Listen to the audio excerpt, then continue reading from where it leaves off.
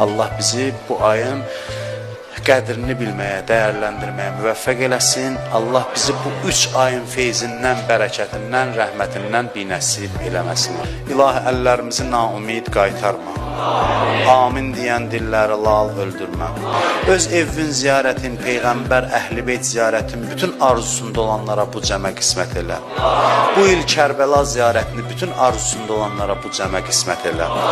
Dünyada İmam Hüseyn ağanın ziyarətindən, qiyamətdə şəfaətindən bizi məhrum eləmə. Bizi bundan artıq bir-birimizə mehriban elə. Bizi şeytan, nəfsə, əmmarə şərrindən hifz elə.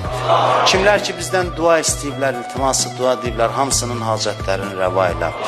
Gələn günlərimizi keçən günlərimizdən xeyir elə. Rəcəb ayının qədrini bilməyə bizi müvəffəq elə. Bizi bu ayın feyzindən binəsib eləmə. Ailəmizdən, nəslimizdən İmam Hüseyn düşməni, Əhl-i Beyt düşməni qərar vermə. İmam Zaman ağanın